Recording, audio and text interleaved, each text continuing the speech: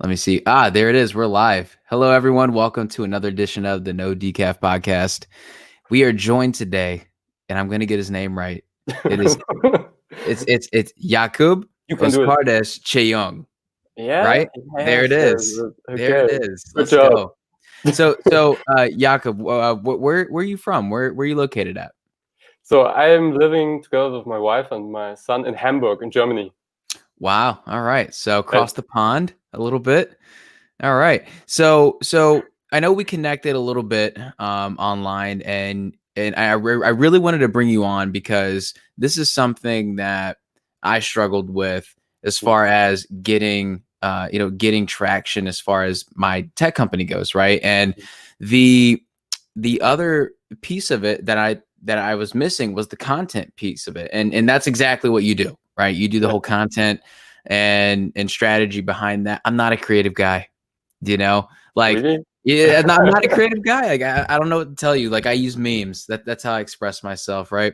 So, but your business needs a little bit more than just a meme on your Facebook page, right? You need quality content, right? I'm not saying now there are some memes that are great, but they're not all quality, right? So, I wanted to kind of talk to you a little bit about your journey in the content space and how you were able to get started, what made you get started in that industry, and kind of that journey leading up to now where you're at now. Yes, that's a very good question. So I started my journey as a journalist. That was my goal. I wanted to become a journalist and worked as a digital editor. And then it was a mixture of digital marketing and journalism. So I created articles and published on social media, and also have different jobs and worked also for agencies and publishers. And I had always this big network where I spoke with people, or where I helped people just on the weekends or after my full-time job. And but it was a passion that I followed. So content and creating content and publishing, it was always my thing, and it is still my thing. And when you ask about major turning points, it was definitely consuming from Brandon Bouchard, for example, one of the marketing gurus, or Jeff Walker, who created Product Launch Formula. These are the big names within the industry, and they helped me. They changed my point of view on content and also how to market things. That's how you got started. That's awesome. And it's funny, you hear things and you hear stories about how people get started as they actually go to someone else, right? And it completely restructures the way they think about things. And I feel that's the same way that goes with anything in life, right? Especially content, right? And what I mean by that is going to someone who knows what they're doing, right? So why would you say, like, because our audience right now is basically technical founders, right? People who are interested in starting their company. Maybe they've started their company, maybe they've been in it a while, and maybe content's something that they've thought of, but they haven't really put too much thought or effort behind it, when it's honestly extremely important, especially from a branding perspective. So why is it so important? And can you give us a little bit of insight on kind of why you think it's important, one, and two, why you think someone should get started today versus 10 years from now? Yes, very good question. So the main thing is we are within a pandemic. Okay, there's COVID-19, and businesses are dying. So if you have customer out there, and if you want to survive and create long-term revenue, you have to create content. That's a fact, because people out there, they don't know, will they survive? Will their job be in 2 months? Can they pay their rent? So they're very conservative when it comes to buying things at the moment, currently. So there's this statistic about how many touch points you need online in order to create a sales. So the old number is around 6 or 7 touch points. So this means one touch point is, for example, one positive social media post, or another one is a newsletter that you create and that you send, or a good video that gives value. So this number 6 or 7 touch points is the old one. So Sure. through Corona, it increased to around 17 touch points. So you have to, Wow. you have to create good value in video or in audio format, like in podcast, or you write things about your product or your services in order to help other people. And in my opinion, you have to do it more than 6 months ago. Sure. Yeah. Yeah. I mean, yeah, you should have started 6 months ago. Right. Yeah. Yeah. And to really capitalize on. And it's funny you mentioned that, because when most people think, especially from being in sales, when most people think of a touch point, they think of a phone call, they think of a email, they think of a text message, they think of something else other than writing a blog post or putting a blog post in there or something like that. So what is different from, aside from the obvious of a text message is a text message and a blog is a blog, but what is relevant to keeping that blog or writing that blog versus just sending a text message? Like, why can't someone just say, well, if I'm going to do a touch point, I'd rather it be directly to someone versus, writing a blog post or having someone do it for them. Like, why would that be relevant? Well, this sounds like you have two different goals, but I mean, you can write a blog post and this can lead into a phone call. It's not two separate goals. You have to see it as a strategic way how you reach your audience. So think about it like you would call somebody, but maybe somebody doesn't want to be called. Sure. He wants to read something, or he wants to consume a video. So therefore, I'm just also giving this advice to my clients, that they should think in different formats, not only just phone calls, but Yeah. also think about video or audio and text. Yes. Yeah, that makes sense. And so essentially what you're saying is, like, the text and call and email, like, that's all short term.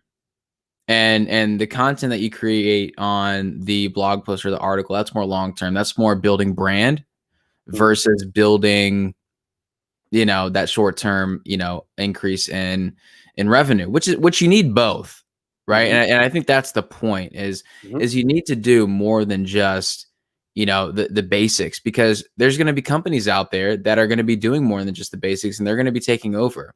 Yeah. And I mean, look at Disney. I mean, their stock did nothing but increase, if I'm not mistaken. And the amount of content that they were putting out is crazy. So at least from like my channels that I get my information on and whatnot. So, and I guess here's a question that I had written down, and that's why you see me looking down and whatnot, because I'm taking notes. But what is the number one reason why companies should invest their time and money in putting content?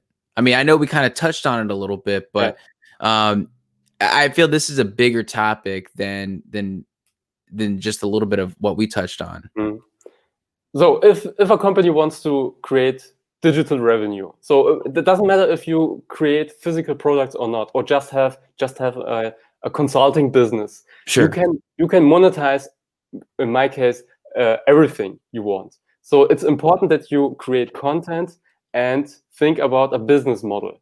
So that's the number thing that you have to focus on, because otherwise you will be out of business. Right. That's very sad, but that's today the reality, because many companies, or many at C-level, they still think, well, digital business models, that's not our thing. We just have physical products. Right. I'm not sure if this is really long-term and really healthy to think about this. Yeah, that makes sense. And you touched on monetizing. Like, what do you mean by that? What do you mean by, tell me a little bit more about what you mean by monetizing the content.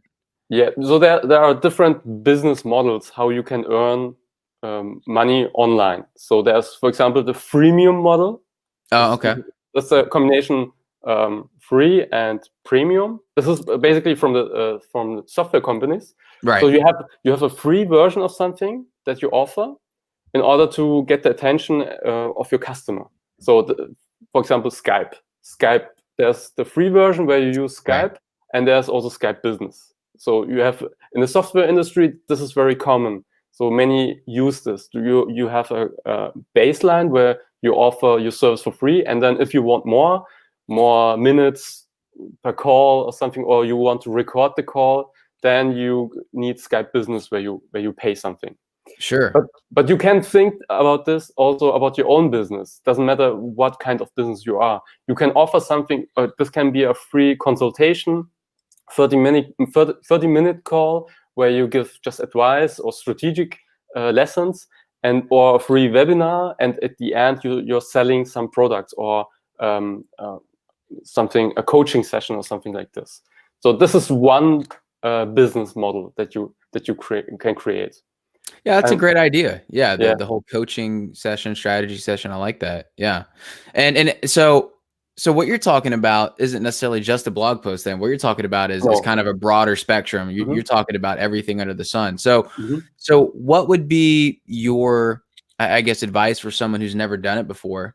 And how would they get started in doing that? Because just from my point of view, I would be like, well, I have to go get this. Well, I have to go get this, and I have to go get this. It's just like the gym, right? When you go to the gym, before you go to the gym, you got to buy the clothes, you got to buy the matching shoes, you got to buy the watch before you even work out. You got to buy all that stuff.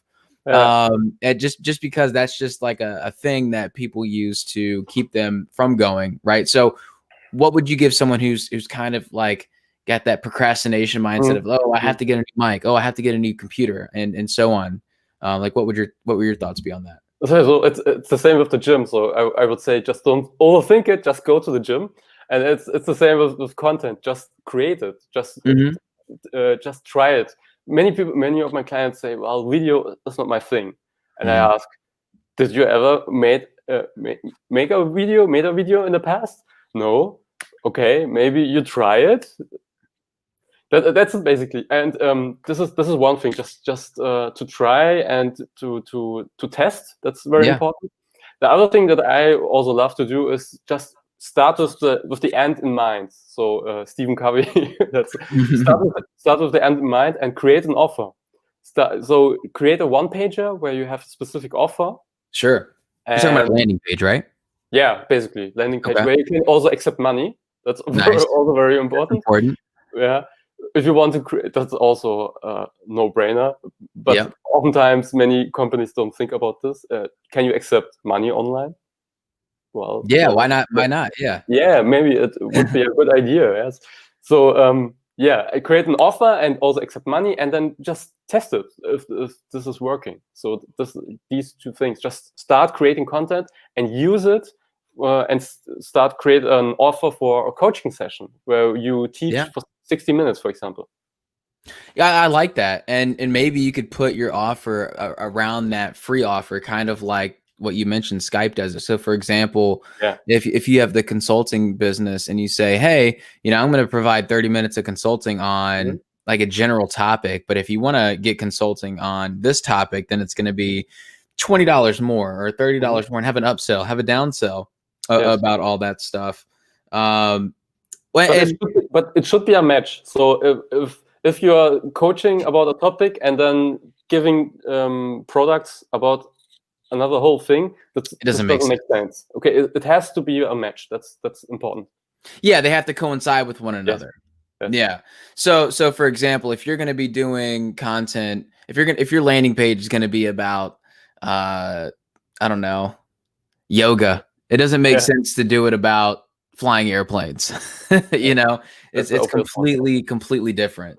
And so, I mean, I think that kind of segues into my next question that I have written down is, what are some mistakes, some really big mistakes that other, small, medium-sized enterprises, small, medium-sized businesses, what are some things that they've made that you've seen from your clients and your past experience, and how can they avoid and correct those? So one thing is they don't create content. So that's really, because there are a lot of reasons. It must be perfect. I don't have a camera, or a lot of reasons. Okay, but they don't create it, and that's the most important thing, that you just hit the record button. That's it basically. So they don't create content. That's one thing. Another thing is they don't have a content goal. So like creating goals for your personal life, you also need goals for your content strategy. So what is the outcome that you want to produce? Just creating a podcast each week is not for me enough to create a business model. Right. So if you think, okay, I'm starting now my podcast, and every week I have an interview, and in 4 months I want to monetize my podcast through advertising, or I want to promote my own products. Right. This is a more tangible content goal that you're following. So always create content goals that you're following through. That's number 2. And number 3 is there's no business model. So they are not thinking about how to monetize the content. Oftentimes they just create really good value, and it helps also a lot of people, but there's no opt-in for a white paper. You can't subscribe for a newsletter, or they're just giving away and accepting. They following, so to say, hope marketing. They are hoping that people are coming back to you. But we call over here smoking the hopium. What again? Smoke? What? Smoking, the opium, the drug. Well, they call it hopium. Okay. Oh, okay. Got anyway, it. Yeah, that's something I heard the other day, and I thought it was pretty funny. But to your point, like, so most people don't have a revenue model, or they don't have a way to generate. They're just giving away. They have the mindset of build it and they will come, and that doesn't happen, right? I mean, it's a nice thought to have, but that comes with content, right? You can't just build a company. You can have the best idea, you can have the best value out there, but if you have no way of monetizing it, to your point, you don't have anything, and all you're going to do is just be like a free place to give away business, right?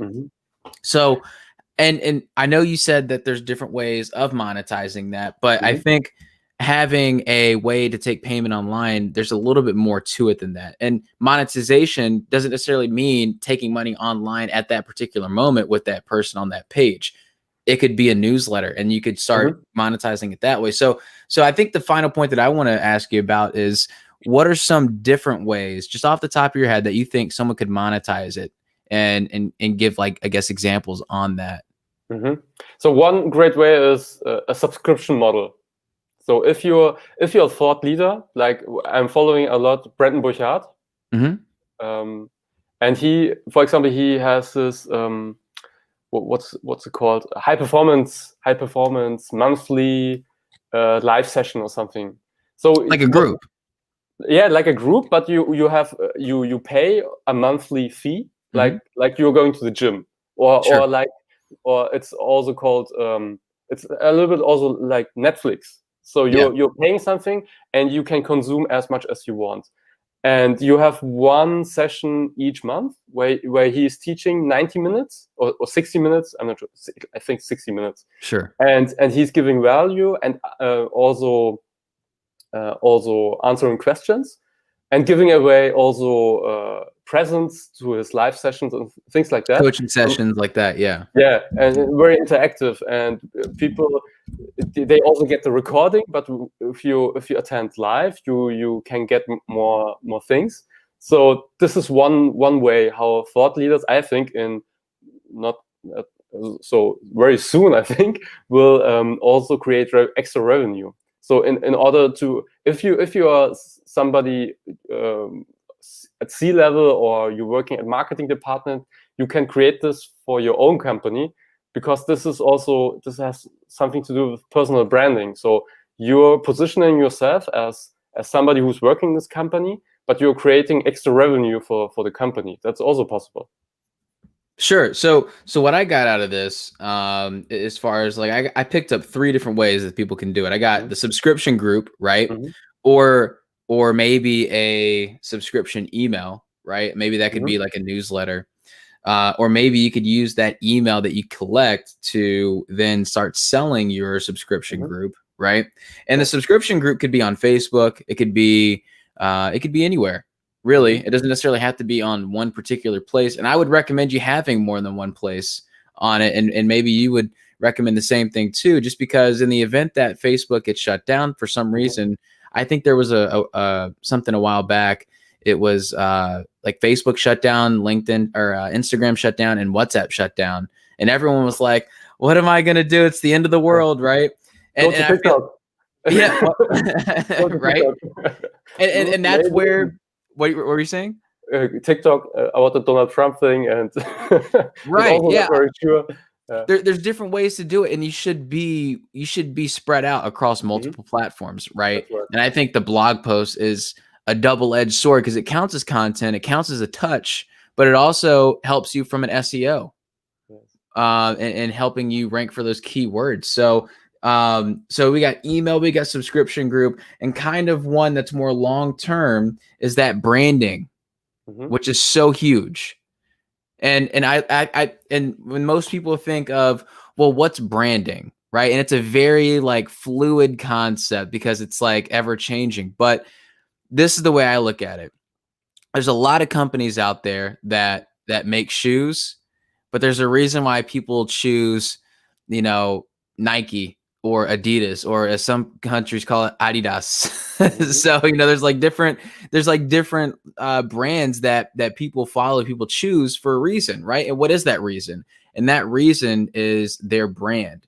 So and you can reverse engineer that however you'd like to figure out, oh, well, now I get it. Now I understand. Well, I got to do this in order to get to that point.